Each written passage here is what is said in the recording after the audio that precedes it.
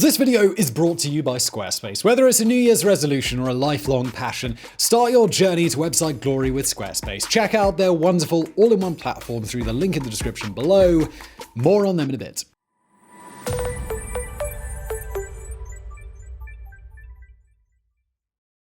On April 26, 1986, the world witnessed its worst ever nuclear accident. In the far north of Ukraine, reactor number 4 at the Chernobyl plant overheated, resulting in an explosion and the unleashing of clouds of deadly isotopes into the atmosphere. Radiation fell across Europe. Thousands of square kilometers of land were rendered permanently uninhabitable. But what if Chernobyl was only the second worst nuclear accident on record? What if, 30 years earlier, there had been a similar catastrophe in Western Europe that had poisoned uncountable numbers? If you think that sounds far-fetched, well, just know that it really happened. In October of 1957, a fire at the Windscale facility in northern England came within a hair's breadth of disaster. For 30 hours, flames raged in the reactor, spewing deadly radioactive clouds into the sky. Although the fire was eventually brought under control, it came close to an explosion that could have killed thousands and left the Lake District an irradiated wasteland. That it didn't is down to a handful of people whose names are almost forgotten. Today, Geographics is traveling back to witness a disaster that nearly became the British Chernobyl.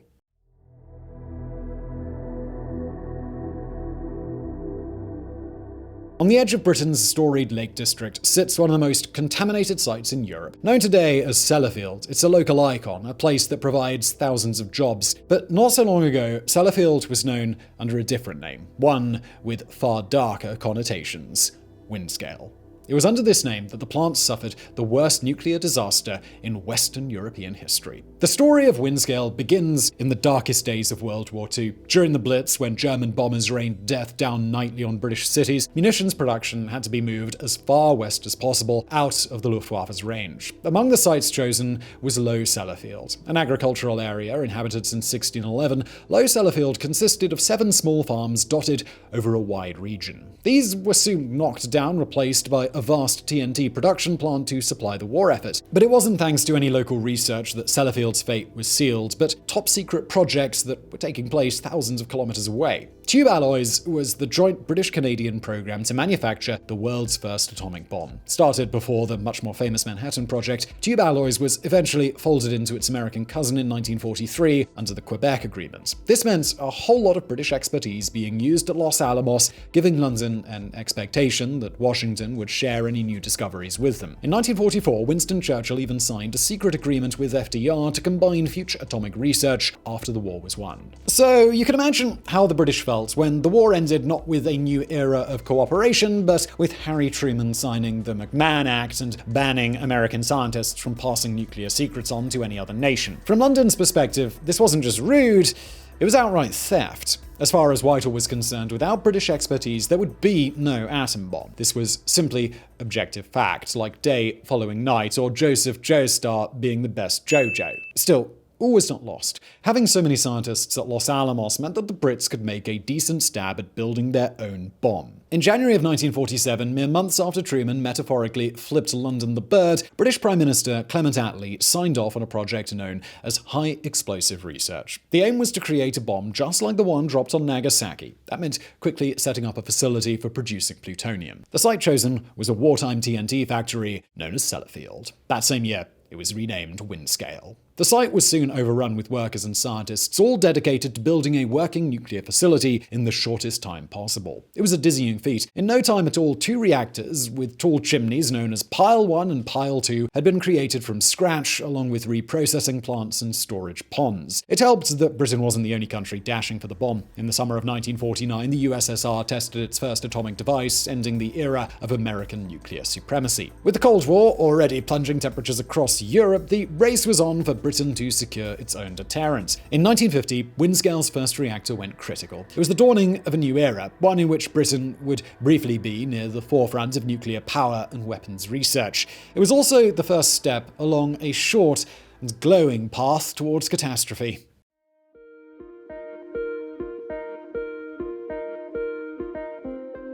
You know how sometimes a big old catastrophe happens and afterwards everyone's all like, "Hey, remember that guy who kept warning us about this?" probably should have listened to him. Well, in Windscale's case, that guy was called John Cockcroft. Chief engineer on the project, Cockcroft was an insanely brainly dude who jointly won the Nobel Prize for helping split the atom. However, he was also considered by Windscale's builders to be an outsider stepping on their turf. So when Cockcroft rocked up to the site and suddenly decided the Dale chimneys needed filters, he more or less got told precisely which orifice he could insert his ideas into. By now, the chimneys were basically complete. Installing filters would mean placing them at the top rather than the bottom, which would have been a pain in the arse, take ages, and be super expensive. The on-site engineers pushed back so hard that the filters nearly didn't happen. And here we get our first peek into the parallel universe where Windscale is as infamous as Chernobyl. In this parallel universe, the engineers won. The filters weren't installed, and when the fire broke out, they weren't there to stop 90% of the material released from making it into the atmosphere. In this parallel universe, whole swaths of Cumbria are uninhabitable, and John Cockcroft is just that guy we all wish we'd listened to. Thankfully, that is in our universe. Here in our prime timeline, Cockcroft was able to be like, guys, I split the goddamn atom. If I say filters, we're having filters, alright? But while the engineers obeyed, they still nicknamed the filters Cockcroft's Follies. It would take until 1957 before events wiped the smug grins off their faces. By 1951, work at Windscale was going so well that the newly re-elected Winston Churchill started searching for a test site. Since the Americans were still in their I'm not playing with you phase, he turned to the Australians. And that's how the test site for Britain's first atomic bomb wound up being on the other side of the world at Chernobyl Island. Operation Hurricane took place on October 3rd, 1952. The new British bomb was placed aboard the HMS Plym and detonated, vaporizing the ship in a gigantic cloud of mud and steam. As the UK became only the third country to join the nuclear club, expectations ran high in London that this would change Washington's mind. They thought the British scientists would be welcomed back into the USA's nuclear projects with open arms, but alas, this was not to be. Less than a month after Churchill showed off his new toy, Truman unveiled a weapon that made Hurricane look like a knockoff Atari placed beside an Xbox One. Ivy Mike was the world's first hydrogen bomb. With a staggering yield of 10.4 megatons, Mike was thousands of times more powerful than its British counterpart. Just like that, London's dreams of being on a par with Washington crumbled into dust. So work continued at Windscale, work that would eventually see Britain develop both its own hydrogen bomb and the world's first full-scale nuclear power station. It was work that would also take the UK to the brink of disaster. And we'll get back to that impending disaster in England in just a moment, but first, a word from today's fantastic video sponsor, Squarespace. Look, it's a new year, so whatever that new thing you're thinking about doing is, well, it's time to do it with Squarespace. Are you looking to get in and out quick with a website design, not thinking too much about it? Well, bam! Use one of their beautiful templates to create a website that is fresh and for you, but basically already made. You just tweak a few things. It looks completely different. It's super easy. Or maybe you're more of a hands-on person. You've got lots of opinions and ideas about what exactly your site should look like. Well, Squarespace give you all of the customization options you could ever want with no updates, no patches, no technical BS to worry about. Once you're done setting up your website, tinkering with the design if you're so inclined, or maybe just playing around with the colors, there are so many extra features that Squarespace provides so that your website can thrive. Email campaigns, patronage portals, social integrations, member-only areas, analytics, commercial options, 24/7 customer support. The list goes on, and it is lengthy. It's everything you could ever want in one place. And look, this isn't just another advertiser partnership for me. When I launched a website for one of our other channels, Mega Projects, megaprojects.net, by the way, I went to Squarespace, I made the website super easy. I think it's very functional, it's good looking. I don't have any web skills, but like I say, it was easy. So when you're ready to get started on your next project, big or small, if it involves a website, it's got to be with Squarespace. Right now, you can go to squarespace.com for a free trial, and when you're ready to launch, go to squarespace.com/geographics to save 10% off your first purchase of a website or a domain. And let's get back to Windscale.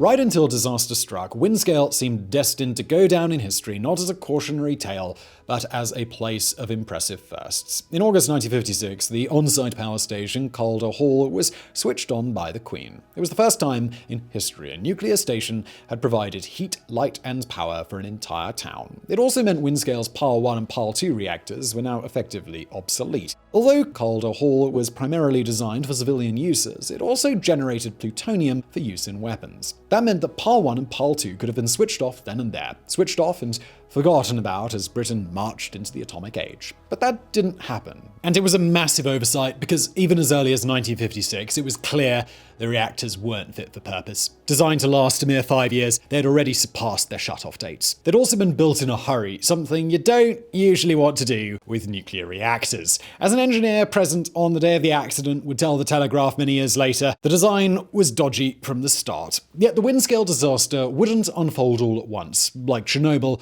but slowly, over several days. The first sign something was off came on Monday, October the 7th, 1957. That day, Pile 1 was activated for a routine procedure, but people soon noticed the fuel was both cooler than it should be and warming much slower. Like its sibling, Pile 1 was a graphite reactor with 2,000 tons of the stuff lying at its core, all surrounded by an attack on Titan-sized concrete wall. When the fuel was spent, it was pushed out of one of the pile's 3,000-plus fuel channels. At least, that was the plan. But as they say, the best-laid plans of mice and nuclear technicians. By October the 8th, Pile 1's slow heating was worrying some. So more heat was applied, making the temperature spike. Again, this wasn't anything to worry about, just a little anomaly, the sort of thing that makes you go, interesting, and then move on. Come the night of October the 9th, the core temperature had hit 400 degrees Celsius. That evening would be the last time any of Windscale's scientists got any sleep for the next 3 days. The day of the accident, October the 10th, 1957, dawned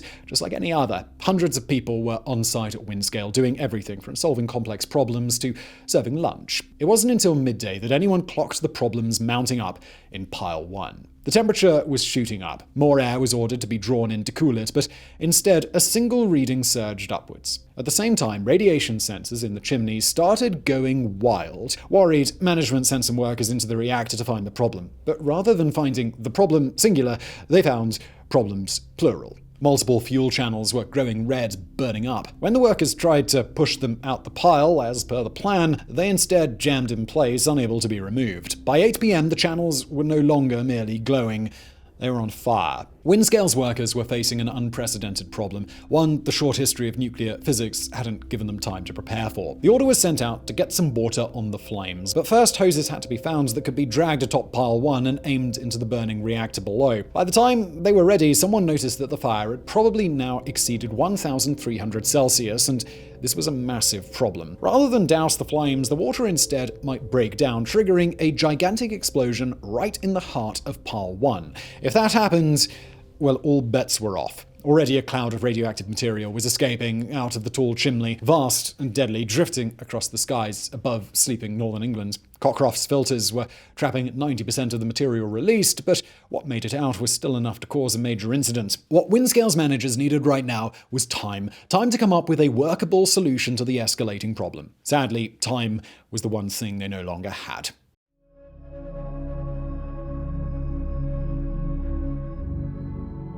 The morning of October the 11th, 1957 was a strange one for Windscale's workers. Although a site emergency had been declared, they were still expected to show up. There was no evacuation, no handing out of iodine pills, nothing to suggest that anything was wrong. By now, plenty of them knew about the unfolding disaster, knew that a team had worked all night trying to cool Pile 1 using carbon dioxide, knew too that this had failed, that 11 tons of uranium were now on fire, spewing contamination across the British countryside. Yet this was the era of keep calm and carry on, of stiff upper lips and close your eyes and think of England. Windscale's workers were employed by the government, and the government damn well expected them to come to work. It's chilling to think how we'd be talking about this back in our parallel universe. We read about Chernobyl today and rightly slap our foreheads in disbelief at the Soviet authorities covering up the meltdown and allowing kids to play outside as radioactive dust was falling. Yet the same stupidity was taking place here in 1950s Britain. People were expected to not only run away from the burning Pile 1, but actually come closer to it, to report for duty, ready to be killed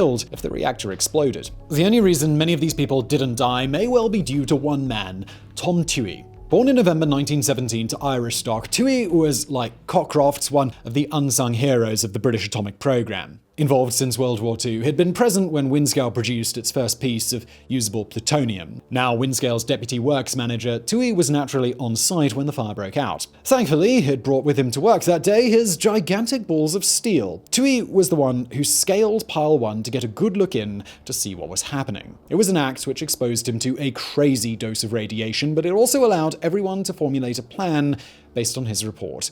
And it was a mad plan, a potentially dangerous plan that might kill them all. They were going to try dousing the flames with water.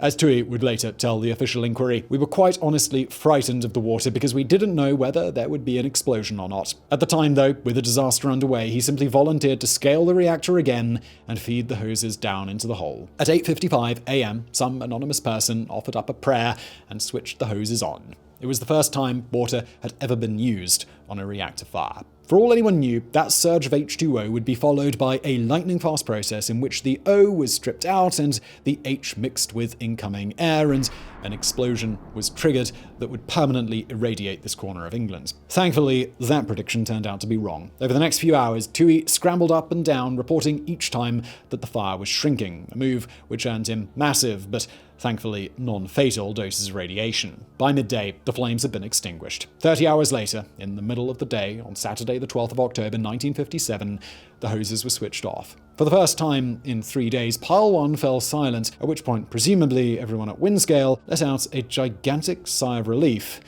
It was over.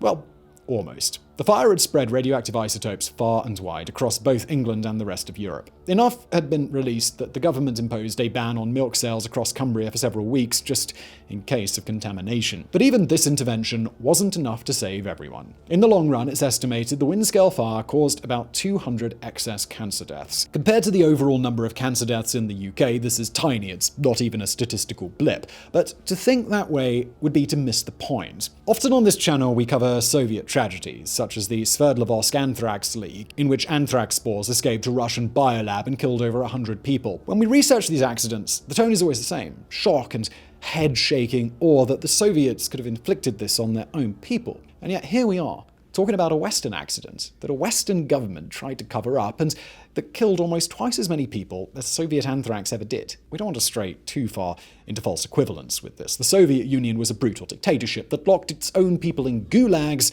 and killed millions, something Britain manifestly didn't do. But still, it's interesting to imagine another world, one in which the Cold War ended not with communism's defeat, but its victory. A world in which we read about disasters like Windscale and shake our heads in awe at how the British could have ever inflicted this on their own people.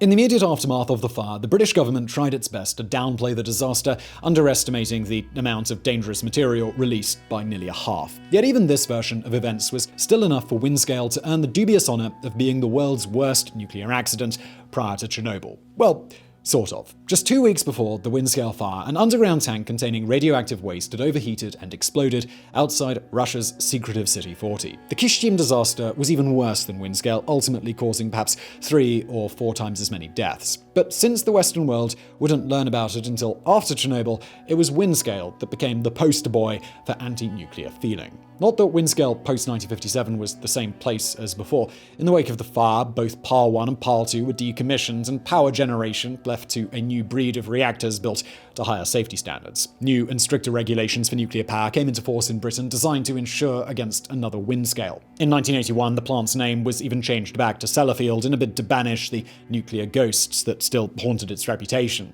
Yet this wouldn't be the end of the story of the site's contamination. In the 1970s, the Windscale complex began building something known as Thorpe. Short for the Thermal Oxide Reprocessing Plant, Thorpe was built as a place for handling nuclear waste from across Britain and Europe. The plan was that it would extract fuel from this waste that could be used in a new type of reactor called a fast breeder. Unfortunately, fast breeders failed to take off. Thorpe proved less good at reprocessing than anyone had intended, and instead the plant became a kind of continental nuclear dumping ground. Today, Thorpe, which ceased operations in 2018, contains some of the most contaminated places in the whole of Europe. The room for extracting and dissolving nuclear fuel rods in acid has a radiation level of 280 sieverts per hour. By way of comparison, just 5 sieverts qualifies as a lethal dose for humans. So yeah, Windscale today not exactly the safest place on planet Earth. With the site still so contaminated in so many places, it's estimated it will take until between 2075 and 2095 to make it safe enough to demolish. But even then, Thorpe will leave behind a legacy of contamination at Sellafield in the form of steel drums filled with high-level waste. The contents of these drums won't be safe for thousands upon thousands of years. How to store them safely until then is anybody's guess. So that then is the story of Windscale, a place that did so much to advance research on atomic weapons and civilian power, but also produced one of history's worst nuclear accidents, and it leaves behind an ugly legacy of contamination. And yet, things could have been so much worse. Although the Windscale fire was a disaster, it's worth pointing out that it didn't come within spitting distance of Fukushima or Chernobyl. Chernobyl in particular released over 1,000 times more radioactive material than Windscale, with effects that will still be felt thousands of years from now. But while Windscale was a relatively minor accident as these things go, that's only because we were very lucky. Imagine for a second how things would have turned out if John Cockcroft had lost the argument about installing filters. Imagine if Tom Toohey hadn't been willing to expose himself to high levels of radiation to get water onto the Par 1 fire, or if the water had gotten in but caused an almighty explosion. If any of those things had come to pass, we'd be living in a very different world, one in which the Windscale exclusion zone would forever keep people from living in one of England's most beautiful regions, in which the ruins of Par 1 would be viewed as we now view Chernobyl's reactor number 4. It's great that this isn't the world we live in. It's great that in real life, Windscale was just another mid-level accident. But it's also a warning, one not about nuclear power specifically, but about what can happen when governments mess around with things they don't understand, be they weapons or viruses or nuclear reactors. We may like to believe that those in charge always know what they're doing. The story of the Windscale fire and the disaster that almost was tells us we should believe otherwise. So I really hope you found that video interesting. If you did, please do hit that thumbs up button below. Don't forget to subscribe, and as always, thank you for watching.